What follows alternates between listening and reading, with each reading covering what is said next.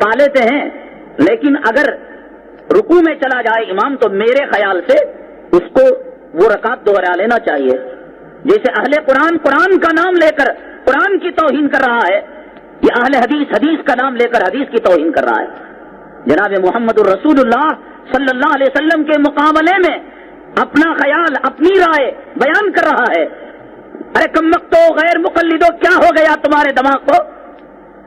ایک ناٹا آدمی، فتنہ پرور آدمی، فتنہ پرست آدمی وہ مسئلہ بیان کرے، شریعت میں اپنے رائے کا اظہار کرے، حدیث کے مقابلے میں اپنی بات بیان کرے، وہ موحد، وہ اہل حدیث، اور جس نے 40 سال تک عشاء کے وضو سے فجر کی نماز پڑھی، اس کی اتباع کرنے میں تیرے پیٹ میں مرچیاں جو ہے مرچیاں ٹوٹ پڑتی ہیں.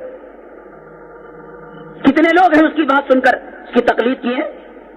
تقلید کرنا ہے، بات ماننا ہے، بزرگوں کی مان لے، ائمہ کی مان لے. اللہ کے حبیب پاک آقائے دو عالم جناب محمد الرسول اللہ صلی اللہ علیہ وسلم جب تک حیات تھے، حضرات صحابہ کرام کو کوئی مسئلہ درپیش ہوتا جاتے پوچھ لیتے. جب اسلامی مملکتیں وسیع ہوئی، مسلمانوں کی آبادیاں بڑھ کر چلی گئیں، اللہ کے حبیب پاک آقائے دو عالم جناب محمد الرسول اللہ صلی اللہ علیہ وسلم نے حضرات صحابہ کرام کو ایک ایک علاقہ دے کر مجتہد بنا کر بھیجا کہ جاؤ اس علاقے کے اندر اصلاح کا کام کرو، دعوت و تبلیغ کا کام کرو. حضرت معاذ ابن جبل رضی اللہ تعالیٰ عنہ کو جناب محمد الرسول اللہ صلی اللہ علیہ وسلم نے یمن کا گورنر بنا کر جب بھیجا تو آپ نے پوچھا مسائل آئیں گے، آپ کس سے حل کریں گے؟ انہوں نے کہا کہ قرآن سے. اگر اس میں مسئلے کی وضاحت نہ ہو، نہ ملے تو فرمایا کہ سنت رسول اللہ سے. پھر فرمایا اس میں نہ ملے حضرات صحابہ کرام کے عمل سے. پھر اس کے بعد فرمایا اجتہد برأیی، قرآن کو سامنے رکھ کر، حدیث کو سامنے رکھ کر، عمل صحابہ کو سامنے رکھ کر میں قیاس کروں گا، اجتہاد کروں گا. ارے آج کے غیر مقلد سے، آج کے غیر مقلد کو جو سمجھ ہے اور اسے جو شعور ہے، کیا حضرت معاذ ابن جبل رضی اللہ تعالیٰ عنہ اس سے کم سمجھتے؟ الیاذ باللہ. آپ نے صاف فرمایا اجتہد برأیی. اللہ کے حبیب پاک آقائے دو عالم جناب محمد الرسول اللہ صلی اللہ علیہ وسلم اگر عمل غلط ہوتا تو فرماتے نہیں معاذ، یہ قرآن ہے، یہ حدیث ہے، اسے چھوڑ کر کسی آدمی کو اختیار نہیں کہ وہ اپنے قرآن و حدیث کو سامنے رکھ کر اجتہاد کرے، قیاس کرے. منع فرما دیتے. نام لیتا ہے حدیث کا، شرارت کرتا ہے حدیث کو سامنے رکھ کر، کہتا ہے بخاری پر ہمارا ایمان. بخاری تیرے باپ پر جبریل امین آسمان سے لے کر آئے تھے. بخاری شریف کب لکھی گئی؟ امام بخاری کون سے مسلک کے؟ امام بخاری کی تقلید کیا معنی رکھتی ہے؟ اسی بخاری شریف کے اندر، اسی مسلم شریف کے اندر ان کمبختوں کے یہاں کوئی بچہ بھی پیدا ہوتا ہے تو ایک ہاتھ میں بخاری ایک ہاتھ میں مسلم لے کر آتا ہے. بخار چڑھا ہوا ہے بخاری شریف کا. کوئی مسئلہ بولو، بخاری شریف بخاری شریف بخاری شریف پر عمل کرنے والے اللہ کے حبیب پاک آقائے دو عالم جناب محمد الرسول اللہ صلی اللہ علیہ وسلم دونوں کتابوں میں یہ روایت موجود ہے کہ آپ جوتے پہن کر نماز پڑھا کرتے تھے. نماز پڑھی ہے آپ نے، اس کے جوتے پہنوا کر آپ نماز پڑھوائیے اور کہیے کہ اس بخاری پر عمل کر، اور نہ پڑھے تو وہی جوتا اس کا لے کر اس کے سر پر ماریے اور کہنا آئندہ کبھی بخاری کا بخار نہ آئے. نماز میں اپنے نواسوں کو لے کر آپ نے نماز پڑھی. بخاری شریف کی روایت ہے، مسلم شریف کی روایت ہے. بخاری پر عمل کرو، نواسوں کو لاؤ اور اپنے اوپر سوار کر کر نماز پڑھاؤ. بخاری پر عمل کرو، اجتہاد نہ کرو، قیاس نہ کرو. تم کہتے ہو کہ ہم بخاری پر عمل کرتے ہیں، ہم مسلم شریف پر عمل کرتے ہیں.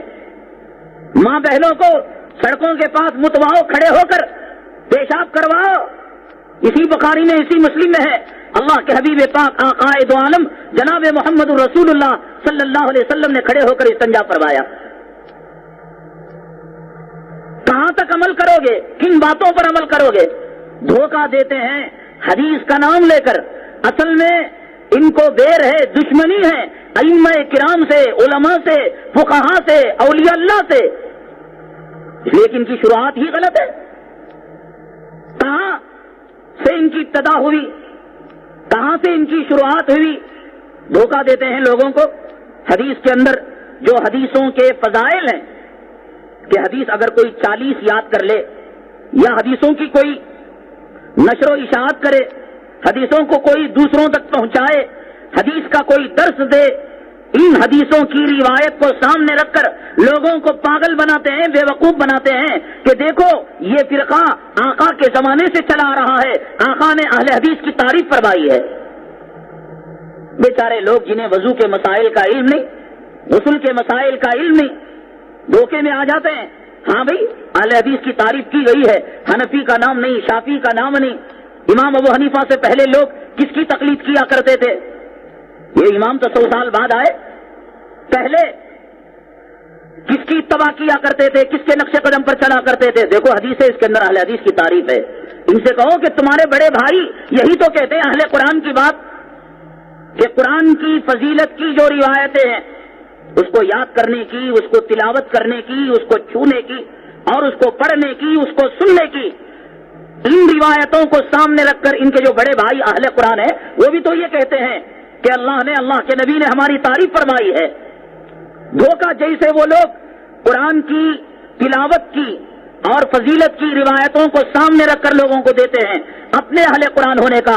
اللہ کی عزت و جلالت کی قسم, اس حدیث اہل حدیث سے مراد یہ ملکہ وکٹوریہ کی پیداوار طبقہ نہیں, لامذہب ٹولہ نہیں, غیر مقلد جماعت نہیں, بلکہ اللہ کے نبی صلی اللہ علیہ وسلم نے اگر اہل حدیث کی تعریف فرمائی ہے, محدثین کرام کی تعریف جو حدیث کے لیے خدمت کیا کرتے ہیں, اس فن کو حاصل کیا کرتے ہیں, اس کے لیے زندگی لگایا کرتے ہیں. ایک کوئی میں کلال یہاں پر آئے جو دعویٰ کرتا ہے ہمیں کسی امام کی ضرورت نہیں, ہمیں کسی قیاس کی ضرورت نہیں, ہمیں کسی اجتہاد کی ضرورت نہیں, آئے کوئی میں کلال یہاں پر بخاری شریف رکھی جائے گی, ایک روایت پڑھ کر عبارت صحیح پڑھ دے, عبارت نہیں پڑھ سکتے, اجتہاد کرنے آ گئے, عبارت نہیں پڑھ سکتے. حقیقت یہ ہے یہ جو جانور ہوتے ہیں اگر کسی مالک کی تابع داری میں ہو تو انہیں کوئی پتھر نہیں مارتا, مالک چارہ بھی دیتا ہے, مالک رسی بھی باندھتا ہے, مالک ہل بھی جوتتا ہے, مالک اس کی دوا دارو بھی کرتا ہے. اگر کوئی جانور یہ سوچے کہاں کی مصیبت صاحب جیسے وہ اللہ کی مخلوق, ہم بھی اللہ کی مخلوق ہیں, ناتا توڑ کر چلے جائے تو گلی کے کتے بھی اس کو بھونکنے لگتے ہیں. انہوں نے جب ناتا توڑا ائمہ کرام سے, حقیقت میں غیر مقلد کے معنی یہ نہیں کہ وہ تقلید کرنے والا نہیں ہے, بلکہ تقلید کرنے والوں کے مقابلے میں صرف یہ 4 اماموں کی تقلید چھوڑ کر اس کی جورو سے لے کر, اس کی بیٹی سے لے کر, اس کے میلاد کے مقرر سے لے کر, اس کے امام سے لے کر, اس کے جو ہے نام نہاد شیخ الحدیث سے لے کر ہر ایک کی تقلید کیا کرتا ہے. ہم ایک امام کی تقلید کرتے, اٹھتے بیٹھتے چلتے پھرتے, اس کی رگ و ریشے میں خون کے قطرے قطرے میں تقلید بھری ہوئی ہے. یہی میرا شیطانی جو یہاں پر آیا تھا بیجاپور کے اندر, ایک جگہ جلسہ تھا, ایک صاحب نے کہا کہ میں حضرت سے کچھ سوال کرنا چاہتا ہوں, تو سوالات بھیجے گئے اور جیسا اس نے جواب دینا چاہا دے دیا. درمیانی لوگ کہنے لگے آپ اپنے مولانا صاحب سے پوچھ لیجئے, اپنے امام صاحب سے پوچھیں, کیوں آپ ہمارے امام صاحب سے, ہمارے مولانا سے پوچھنا چاہتے ہیں؟ تو کہا کہ نہیں, میں ان کی زبانی سننا چاہتا ہوں, رفع یدین کے بارے میں, تراویح کے بارے میں اور مصافحے کے بارے میں الگ الگ سوالات تھے جو لوگ کر رہے تھے. تو جب سوالات کی بجاڑ ہونے لگی اور سوالات کثرت سے ہونے لگے تو وہ صاحب کہنے لگے کہ تمہیں ہمارے مولانا پر اعتبار ہے, بھروسہ ہے, اگر وہ حدیث کے حوالے سے کہہ دیں کیا تم ان کی بات کو مان لو گے؟